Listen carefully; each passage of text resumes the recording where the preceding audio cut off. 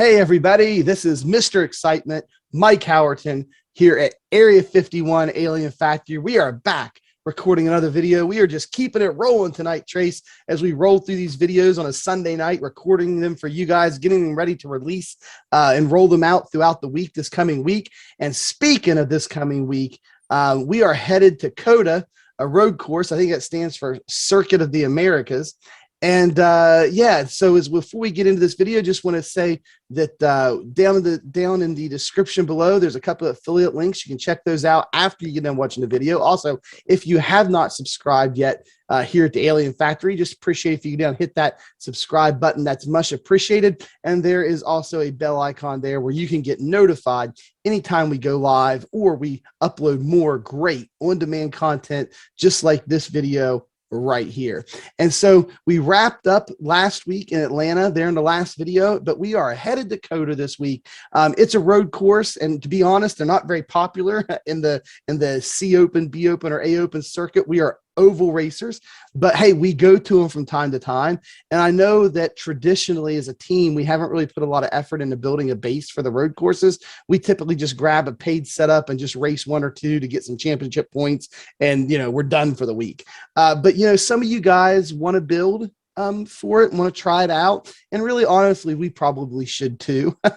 But we're going to get into that tonight, and I just want to welcome into the video, as always in this setup building series, our main chassis design engineer on the team, and that is the Admiral himself, Tracy Rumschlag. He is here with us, and I am going to kick it straight over to him. All right, thanks. Drop your beer, grab your gear. The Admiral's here. We all love to hear it. Anyways, I love bringing you here, Mike. I absolutely love it. You know why? Because I have to pull the reins back on you. We always talk about driver development, getting to the end of the race, not getting banged up. This isn't even setup, right? So the biggest thing I can do for you is we have to have a balanced setup, something you can get around this place without tearing the wheels off, okay? So in this particular place, yeah, and as far as road courses go, COTA is at the bottom of my list. I mean, I like Road Atlanta and a couple of the other ones a lot better than this, and Watkins Glen. I mean, COTA's at the bottom. It's like, geez, man. Yeah, but unfortunately, it's on the schedule, so we both got work to do here. So anyhow, for the builders, we never really we've got into short track car, we've got into the intermediate car, we have got into this, well, I don't think we got into the super speedway quite yet, but anyways, that'll come a little bit later. But we're here, we have a road course. And then the other thing, and I'm going to do another video about this too, we're going to do Richmond. So guys that are going to skip COTA and go right to Richmond, they'll have an extra week to work on that, but we'll do another video and I'll highlight that. But here in the road courses, what I found is faster is not faster. It's slower is faster. Because if you go down there and you flat whiff the entry of the corner, you're done. But if you get it right here and you get the flow right, and that's the toughest part that we find with COTA is getting in the flow, getting the feel. And a lot of it's balance, okay? If I can get the car balanced for you, then you as a driver are going to get your feel. You're going to know not to overdrive the corner. You're going to get through it, and it'll be a lot of fun. It's just a matter of getting mind over matter. I don't mind and you don't matter. So that's because you're a driver and I'm an engineer and I don't have to put up with it all day. But, hey. Anyways, so what we're going to start off with is, once again, we have Major's Garage here. We have their set. And all I want to do is walk through it. Okay. And it's their free baseline set, not a paid for set. It's free. And really the only reason we use this, guys, is not to promote Major's Garage necessarily. It's just that, like, if we used anybody else's setup from a paid shop and we put it up here on the screen and basically gave it to you guys for free, they would get upset. So we had to find something that somebody's given away to you guys for free as a base to the public. And so Major's Garage does that, and that's why we put it up here. It's not a paid for set, and it's not as fast as a paid for set. So I just want to get that out. That's why we're using them for most of these videos. It's just because it's free, it's open to the public, and nobody's gonna get mad that we're showing it. So go ahead, Trace. Right. Well, and the other thing, if we're going to give accolades to the right parties, if you go into the notes, the builder's name is right here, Dallas Pataska, and I'm familiar with him. He's a good young man. He does some nice work. But what's nice about it is when you start getting into different setups, if the author actually signs it, then you can get an idea of what that particular setup builder does. You know what his isms is what I call it, but you know they go through certain ways of doing stuff. So we have Dallas here, okay, and we're going to go through his work. His work is excellent. There's no doubt about it. I really enjoy his work. I like looking at his work. It shows some thought, and he's a good driver too. So that's what makes it good is we have a driver and a setup guy all in one. So going back to the setup itself, there's some things we'll look at, okay? So let me give you some theory, or let me give our listeners that are interested in trying to set up these cars some theory, okay? And this is what I look at as a setup specialist. And I'm not sure Dallas's thought process, but it's very solid here. So the first thing I notice is he has nose weight. And we talked about nose weight in the previous video. And you want to find out what chassis you're on. So if I take it to 28 inches, let's see what we got, all right?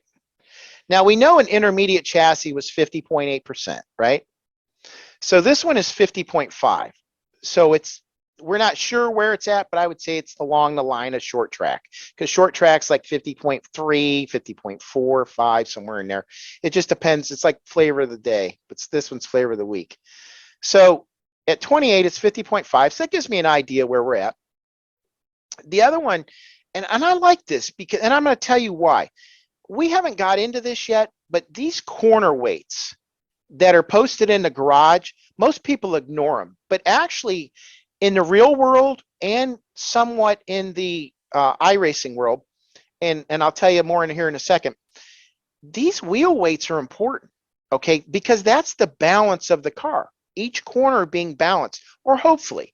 Now, when we're racing, that doesn't mean you always have to have it balanced. And in this particular case, this is what Dallas did, is he actually almost matched the cross weight to the nose weight, okay? And the reason I like that is because there's a lot more left-hand corners here, especially at speed, than there are right-hand corners. So the right-hand corner, or the left-hand corners, like a normal oval, would be a little bit on the snug side, and then the right-hand corners are a little more on the free side. But with the tire model that's here in iRacing, it just seems like I don't think we have a tire model dedicated to each corner of the car. So if that's the case where we only have one tire model, then probably that weight number is going to reflect in how that tire reacts. So the more balanced the car, the more balanced the tire, or the more happy the tire, because if you blow the tires off it, you know what it's like to overheat a tire. It's either going to be really, really tight or really, really loose. Well, this particular case, I've noticed, one, we have to get the nose off the ground. Okay, we talked about the nose being low on the super speedways and the intermediate and stuff like that.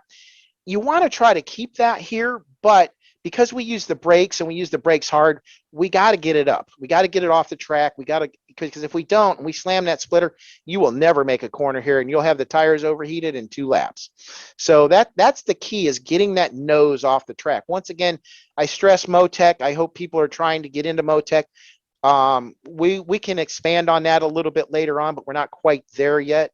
But if you notice, Dallas is set, okay, getting out of the numbers, I guess you want to call it. His chassis is real symmetrical, okay, meaning that things that he did on the left is similar to what he did on the right, okay. You can see that in his shock settings. You can see that in his packer settings. The spring rates that he used, rather it be the shock spring or the big spring, everything's symmetrical. So the car reacts, kind of slumbers along. It's very predictable. And that's what he built in here, is predictability. Okay. That's the part I like about it. So once again, I'm not going to really just hit every adjustment here. The theme is the same. And that's the part I really like. There was some thought given to this. Okay. And so we go to the back and it's pretty much identical. Okay. But Mike, I did find one thing, and I don't want our builders and our viewers to get confused, because like I said, the B will drive you crazy if you're not paying attention. So let me accelerate the learning curve a little bit, allow people to work through these, we'll call them isms, iRacing isms, whatever. I don't know how this is all put together, but I know I always say the garage is artwork. The numbers are just a starting point. But if you don't know the tricks, then you get into trouble. So let's go down here to the toe, okay? So why does Dallas have +2 30 seconds on the left but only 1/32 on the right, and that's the toe ends in the rear. Okay, seems kind of odd. Well, me being me, I always like to go over to the metric just to see if something changed. So let me click that metric. Okay. Oh, there you go. Okay. So now Dallas actually has +1 millimeter and +1 millimeter. So once again, we're only talking a 30-second, which is minor. But anyways, maybe it's a conversion in the formulas that they do in iRacing. But anyhow, it's just something I double check just to see where the builder was, what his mindset was. So he was still looking for a balanced setup. So maybe that's something he did. He found it in metric and just left it alone in Imperial, And the other thing that he has here is he has a little bit of a split in the track bar. And it's a positive split because there are more left-handed corners than right. Okay. So that's another thing. But like I said, it's a solid piece, solid looking piece. The tires will go over here. If you notice, every one of them's at the minimum. And that's the one thing we always check is the minimum on chassis just to see where we're at. We can go up, but we can't go down. So 17 is the minimum. One thing that I found, and even though road racing is personally, I like doing it, especially at Watkins Glen. It's just fun. But here is a little bit tough. It's just so flat. The corners are so square. Hard to get this tank to turn around the thing. But I have found if you bump up the tire pressures on the front, maybe to 18, you could go all the way up to 20. We want to leave the rears as low as we can because we're looking for traction there, okay?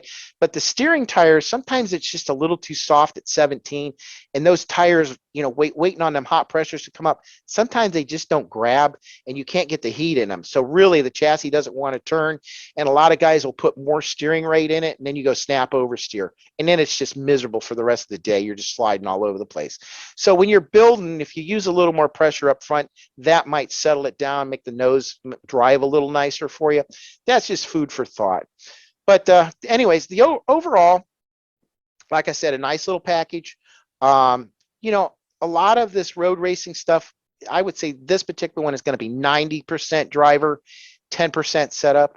As long as the setup stays under you all day and you're not skidding the brakes all over the place, I'd say you'd probably be okay. But yeah, I'm not a road racing ace. I don't think you are. And so we don't spend a lot of time here trying to work these cars out. And if there's anybody that's got a shortcut or something that makes life a little easier, man, that'd be great. Shoot it to us. I'd be more than happy to review it. So anyway, so that's where we are at COTA. And like I said, we are going to get into Richmond because, like I said, some guys are going to skip this and go right to Richmond. And I have a lot to cover there because that's going to be the short track chassis. So that's all I got on this one, Mike. All right, Trace. Hey, thanks for kicking it back over to me. And yeah, road racing is something that some guys are just great at. I like road racing, but really it's the idea of road racing and these tanks we call Xfinity cars and even the Cup cars and the trucks. I mean, these cars are heavy and they're built to go around in circles. And when you go put them on a road course, it's not really that fun. Now you put me on a road course in a car that's designed to be on a road course and I'll be happy all day long. I think my unhappiness and discomfort is is putting the NASCAR stuff on road courses that weren't built to go there.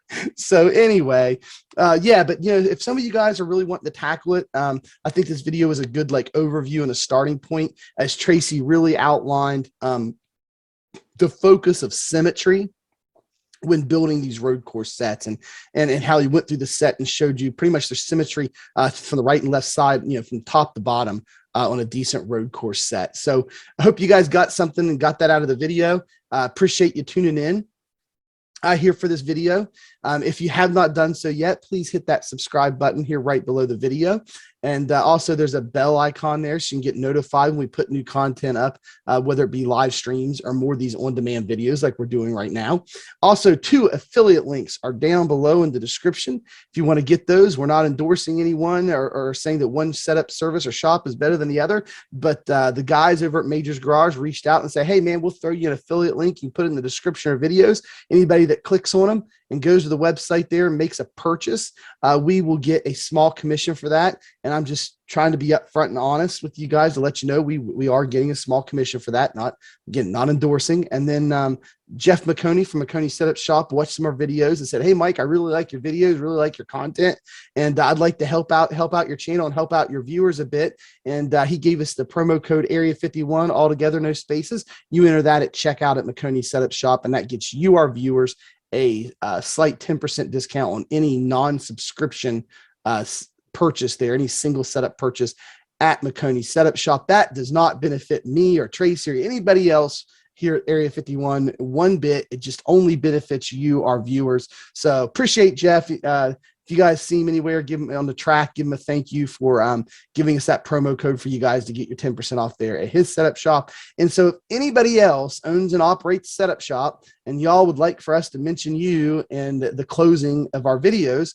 just shoot me a message, get us a promo code. It makes it simple and easy if the promo code's the same everywhere. So we'd appreciate if you do that to keep it simple. Just Area 51 all together there, no spaces as well. And we will put a link to your setup shop down in the videos with our promo code Area 51 for 10% checkout if anybody else would like to do the same thing. We're open to it. We're not prioritizing one over the other. We just want to help people out. We want to help our viewers out. We want to get guys in stable setups. We want to teach you all how to build. And most importantly, also want to help develop your driving to make you better drivers and get you better racecraft. To help me out a lot myself. So that's pretty much all we have for this video. We appreciate you tuning in so far and sticking with us clear to the end. If you guys are still with us, we appreciate you being here clear to the end with us. Again, I'm Mr. Excitement. It's Tracy calls me affectionately, Mike Howerton, and the Admiral, Tracy Rumschlag himself, are here, and we appreciate you being with us for this one. And as always, we will see you in the next one.